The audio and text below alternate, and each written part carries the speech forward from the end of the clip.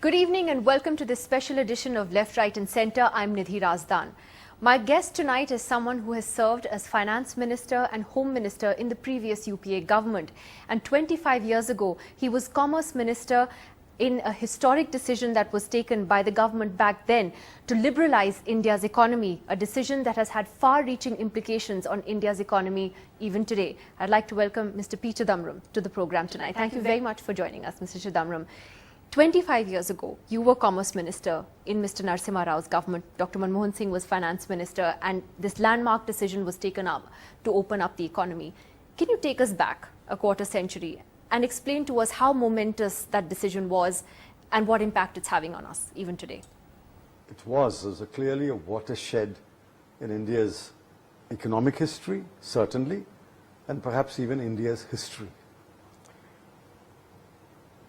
Exactly 25 years ago today, July 4, is when the trade policy reforms were announced. On the 1st and the 3rd, the two-step devaluation was done. And I think at about this time, 5 o'clock or 6 o'clock in the evening, Dr. Manmohan Singh and I, along with other officials, addressed the first seminar on what we are doing. We tried to explain what we were doing. I think the nation was completely taken by surprise on the width and amplitude of the reforms. So we had to explain it. It was followed by the budget on July 24 and the industrial policy earlier in the day. I think correcting the exchange rate,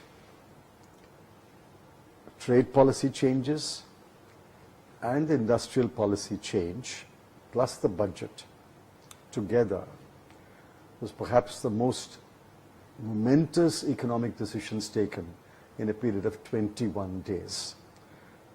That, I think, changed the face of India forever. We became an open economy. Not fully open, but open economy. We accepted the idea of a market. We accepted the idea of competition. And the state began to withdraw both on the trade policy side and on the industrial policy side by saying citizens, people of this country must be free to take economic decisions. The market must decide. The market will decide who's right and who's wrong, who's the winner and who's not the winner. I think these are far-reaching decisions in any country's economic history. And in the case of India, I believe it was a watershed.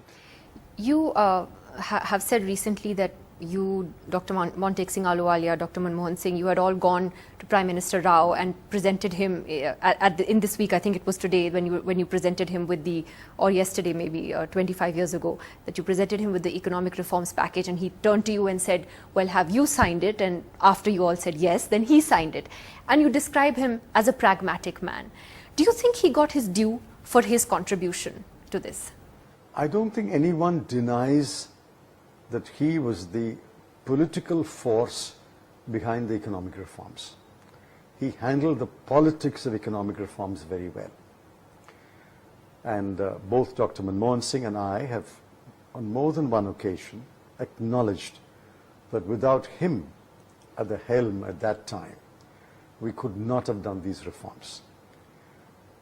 So I don't think anyone takes away credit from him for the economic reforms. But there are other aspects to his government which I'm afraid blotted his record. Are you referring to Ayodhya? Obviously. Is that why you think that the Congress as a party hasn't really commemorated, for instance, even his birth anniversaries over these years? In a sense, he's now being appropriated by the BJP. As a leader that they recognize. The Prime Minister tweets about him today. The BJP will appropriate anyone, even its most severe critic. The point is, we gave him a befitting funeral in Hyderabad, to which I think the Prime Minister, Mrs. Gandhi, and many others, including me, attended it. A memorial has been erected from him in Hyderabad. It's not as though all memorials have to be erected in Delhi. Memorials can be erected in other parts of India. And he was happy to describe himself as Telugu Bidda, the son of Telugu country. And there is a memorial for him in Hyderabad. But shouldn't the party also remember him on his birth anniversary, for instance? I give that example because it just happened a few days ago, and there was nothing at the Congress party headquarters. It was the BJP leadership, even the Prime Minister, who were tweeting about it and remembering him. As you say, you acknowledge that he made a significant contribution to these economic reforms. Shouldn't the party acknowledge that role in a more graceful manner?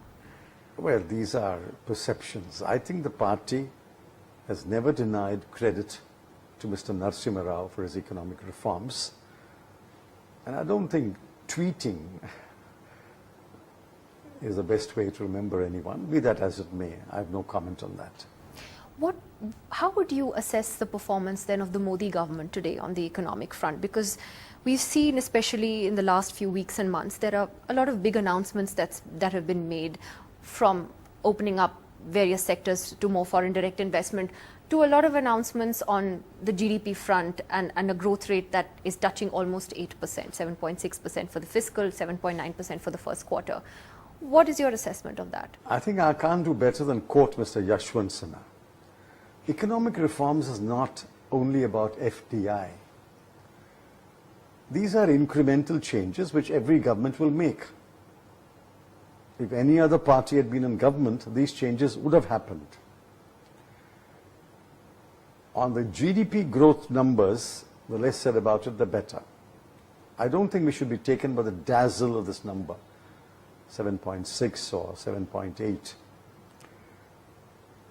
I think we need to do a reality check with other economic indicators, and I think people wiser than me and people more knowledgeable than me have pointed out that the numbers don't gel.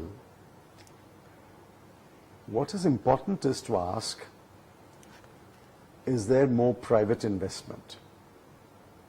Is there adequate credit for different sections of the economy? Farmer, small and medium enterprise, large enterprises. Is there employment, jobs being created? So are you saying the GDP numbers are made up? I didn't say or that. Exaggerated? Even today, the new chairman of the National Statistics Commission has, in an interview, acknowledged that there is a problem with a deflator. We're not questioning the integrity of the CSO. We're questioning the methodology, and we're asking them to explain why they chose a particular deflator. It is the choice of deflator which translates nominal growth into real GDP growth. The choice of deflator has been questioned by a number of knowledgeable people. And I think the new chairman of the National Statistics Commission today has said there is a problem with the deflator.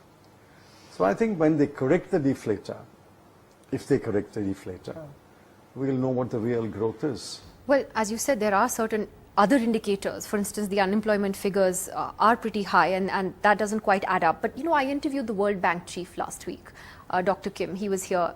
He said he has no reason to disbelieve these GDP numbers, and he still considers India that one bright spot in the global economy. You agree with him? India is a bright spot.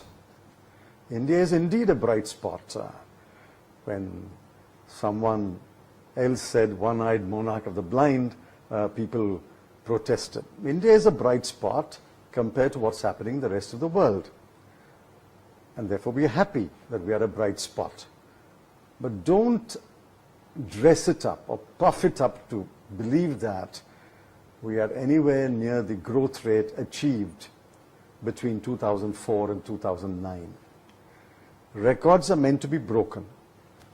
The record 5-year period is 2004 to 2009. I wish this government will break that record, but it cannot break that record by numbers which are still not firm numbers. Well, you made a reference to the one-eyed monarch, and the person who said it, I must ask you about him. What do you think the equation between the Reserve Bank governor and the government should actually be? And I ask this in the context of Mr. Raghuram Rajan's exit now. What should it be? It should be a respectful, mature relationship. You can disagree. Two mutually respectful people, two mature people can disagree. But that doesn't mean one has to abuse the other. One has to question the other's patriotism. One has to question the other's intellectual capability. That is where I think, I don't know, I have not spoken to him or met him. That is where I think he felt deeply hurt and he decided to quit. India is the loser.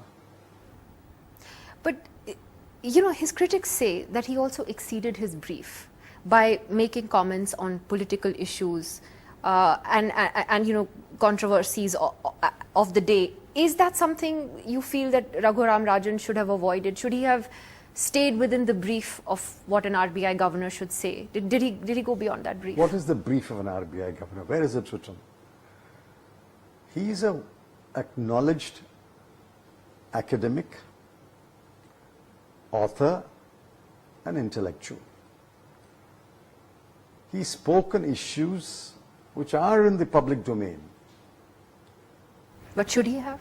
Why not? On intolerance? Why not? He said that only tolerant societies, open societies can move forward fast. You cannot have a high degree of intolerance and one section of the people living in fear and yet hope for inclusive growth. Why not? What is wrong in these words? Did he use abusive language? Did he name anyone? Did he... Yes, but I mean, we knew who he was, what he was alluding to. He was talking about... As the central bank governor, is that what his role should be, to even make a political statement? As a central bank governor, he performed this job, but he's also an author, an academic, and an intellectual. I do not think a secure government should fear frank speeches by public intellectuals. There are other central bank governors who have spoken. Alan Greenspan spoke. I think even Mervyn King has spoken about things. Recently, Mr. Carney, governor of the Bank of England, did speak about Brexit. So it's not unusual. I don't think he didn't speak about any obnoxious issue. He spoke about an issue that was in the public domain. What is wrong with that? In fact, to find fault with that is an example of intolerance.